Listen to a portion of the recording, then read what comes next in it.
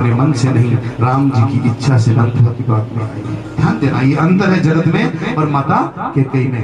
किसकी वजह से? राम जी की वजह से, राम जी के कहने से मंथरा की बात सुन रही है कैकेयी माता। कैकेयी माता थोड़ी चाहती थी कि मेरा राम वनवास में जाए।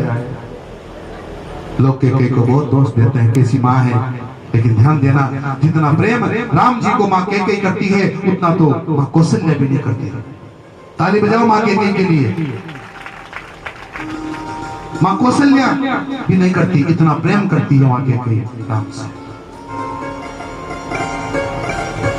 पर यदि राम जीवन में नहीं जाते तो राम जी के आने का उद्देश्य पूर्ण नहीं होता, और राम जी के कार्य को पूर्ण करने के लिए कैकेयी ने आपको समाप्त कर लिया। क्योंकि कैकेयी भले ही समाप्त हो जाए, पर कैकेयी समाप्त होने से राम जी का कार्य पूर्ण होता है, राम काज होता है। तो कैकेयी को अपने जीवन की परवाह नहीं, अपने यश की, अपनी प्रतिष्ठा की परवाह नहीं। इसलिए कभी भी माँ कैकेयी के बारे में भला नहीं कहना चाहिए। संत कहते हैं बचपन में एक दिन, ध्यान देना, बचपन में एक दिन राम जी माँ कैकेयी के पास बैठे थे क्या? माँ कैकेयी के पास ही रहते थे। माता कैकेयी दिलाती थी और राम जी को माता कैकेयी खिलाती थी।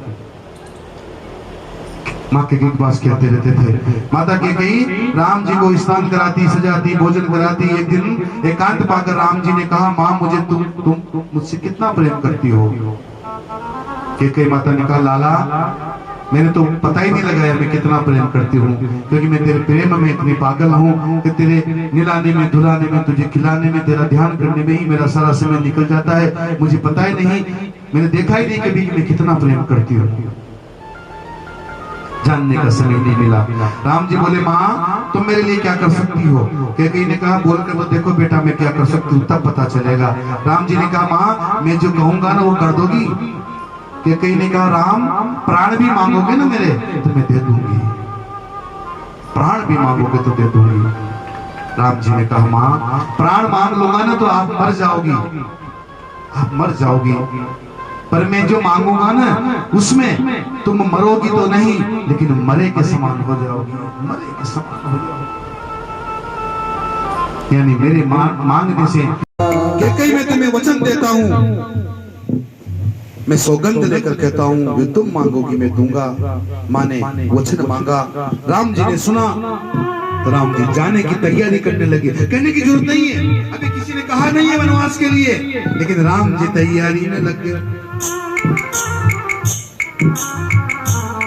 प्रभु के साथ लक्ष्मण जी और सीता मैया भी तैयार हो गई। यहाँ पर एक प्रश्न खड़ा हो जाता है, महाराज यहाँ पर सीता जी ने उचित व्यवहार नहीं किया। लोगों ने कहा वनवास तो राम जी को हुआ था, सीता जी ने यहाँ ठीक नहीं किया, क्योंकि सीता जी तो नई नई आई थी और सीता जी को वनवास वन में नहीं जाना चाहिए था। और सीता जी तो है ना जो अपने सास ससुर की सेवा करती अयोध्या में रह करके, वनवास में राम जी चले जाते, उचित तो था। दोष लगाते हैं सीता जी धर्म को छोड़ करके पति के साथ चली गई। देखो ध्यान देना, इन बातों को सब नहीं समझ सकते सीता जी क्यों गई। सीता जी संदेश देना चाहती है, हम और आपको बताना चाहती है, जब कोई पति धन कमाने के लिए प्रदेश में जाए,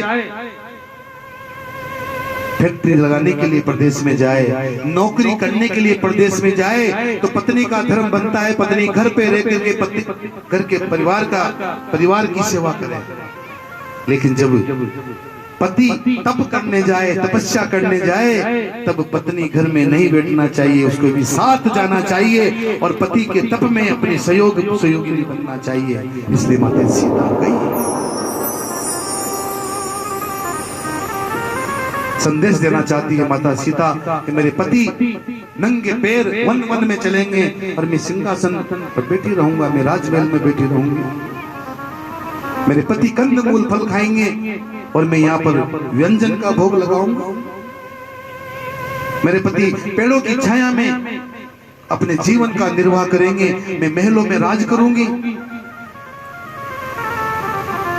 सीता जी ने अपना धर्म निभाया, बोले लक्ष्मण जी क्यों गए? फिर चलो समझ में आ गई बात, लक्ष्मण जी क्यों गए? क्योंकि भगवान को छोड़कर किसी को जानते ही नहीं है लक्ष्मण जी। लक्ष्मण जी किसी को नहीं जानते हैं। ऐसे लखन लाल जी के लिए जोरदार तालियां बजाएं, जोरदार तालियां। लक्ष्मण जी, आहा, ऐसे लक्ष्मण जी हैं, वनवास में आगे कथा आएगी। भगवान ने पूछा, देख देख लक्ष्मण, ये तेरी भाभी का जेवर है, तू इसे पहचानता है? कि बोले भैया मैं तो नहीं पहचानता, क्योंकि मेरी नजरें माँ के चरणों के अलावा कहीं गई नहीं है, ऊपर तक गई नहीं है। चरणों में मैंने केवल माँ के चरण देखे हैं भैया। ऐसे लखन जो सिवा राम जी के किसी को जानते नहीं है। मोरे सब हूं एक तुम स्वामी, मेरे एक ही स्वामी है, वो है राम जी। बोले प्रभु आप ही तो मेरे सर्वस्व हैं, जहां आप रहेंगे लक्ष्मण वहीं रहेगा। लक्ष्मण जी भी सबको छोड़ करके अब जा रहे हैं। तह दिवस जयमान प्रकाश, चलत राम लखी अवध अनाथ, विकल लोग सब लाग गई सा। सबकी आंखें गम गम है। अयोध्या के लोग राम जी के साथ चल पड़े। सुमंत जी रथ में बैठे। प्रभु पहले दिन तमसा नदी के तट पर पहुंचे। अयोध्या से आजमगढ़ की तरफ चलते हैं तो तमसा नदी पड़ती है। तमसा नदी के तट पर पहुंचे। रात को पूरी अयोध्या की प्रजा सो रही है। राम जी ने सोचा, अयोध्या के लोग इसी प्रकार से मेरे साथ चलते रहेंगे तो पिताजी के वचन का निर्वाह कैसे होगा। भगवान ने माया को प्रेरित किया, अयोध्या वासियों को गहरी नींद में सुला दिया। और मध्य रात, आधी रात को राम जी ने सुमंत्र जी से कहा, तुरंत चलो रथ लेकर, और जो रथ के जो पहिए हैं उनके निशान मिटाते हुए चलना, निशान मिटाते हुए चलना। खोज मारे रथ हाँ का बुला। मध्य रात्रि में ही भगवान सुमंत जी के साथ चल पड़े। और अगले दिन के तीसरे पहर में लगभग 3 बजे बाद श्रृंगवेर नगर के तट पर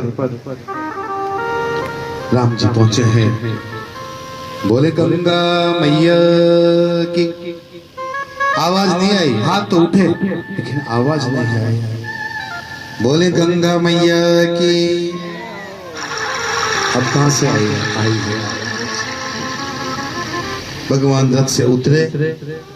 इधर श्रृंगवेरपुर के राजा निषाद राज गुरु को पता चला कि राम जी आए हैं, तो उपहार लेकर कंद मूल फल लेकर के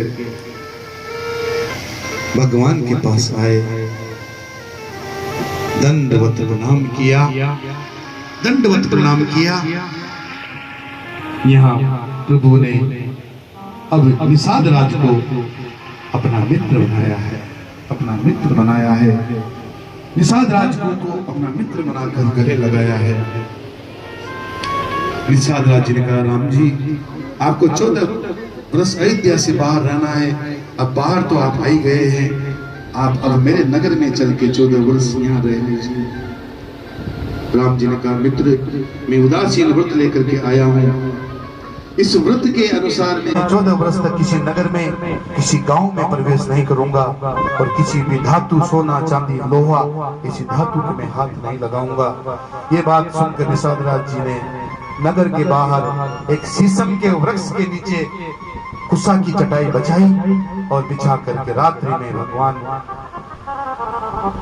के साथ में वहां पर सबको बिठाया है।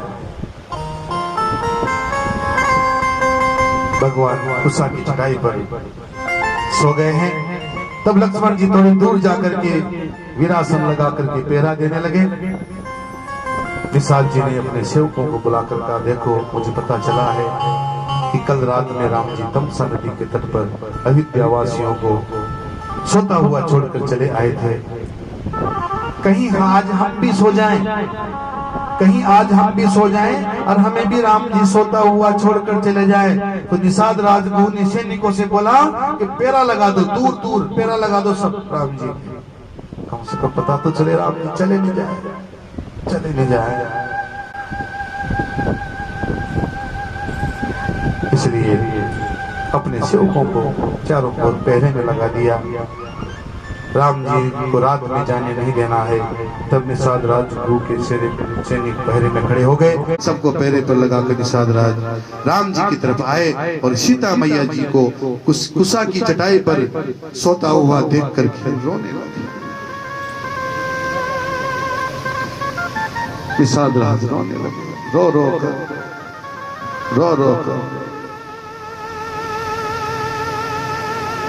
लक्ष्मण जी तैनात हैं सुरक्षा में। निषाद जी कहने लगे कैकेयी जी ने बहुत गलत किया है। जिस राम जी के जीवन में सुख का अवसर आया था, कैकेयी जी ने राम जी के जीवन में दुख का पहाड़ ला दिया। बहुत गलत किया है मां ने। इस रघुवंश रूपी वृक्ष को काटने के लिए कैकेयी मां कुल्हाड़ी बन गई। लक्ष्मण जी बगल में सुन रहे हैं।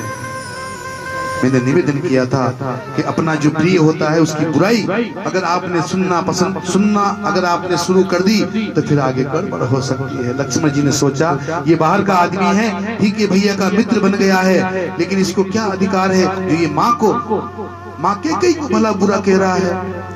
लक्ष्मण जी बोले इधर आओ, निषाद जी इधर आओ। निषाद जी को बुलाकर सामने बिठाया, बैठ जाओ। सामने कहने लगे एक बात बताइए, आपको समझ में आ रहा है? एक बात बताइए, जिनको दुख होता है ना उनको नींद आती है क्या? आप बताओ, आप भी बताओ ना। नहीं आती ना? तो यूं करके बताओ, नहीं आती नींद? दुख में नींद नहीं आती। लक्ष्मण जी ने कहा कि दुख में नींद नहीं आती। देखो राम जी, देखो कितने मस्ती से सो रहे हैं, दुख है उनको? बोले तो सो रहे हैं। और दुखी जो होता है ना उसको नींद नहीं आती। लक्ष्मण जी बोले मेरे भैया राम तो खूब बढ़िया सो रहे हैं, देखो कितने आनंद में सो रहे हैं, और आप कह रहे हैं कि इनको बहुत दुख है।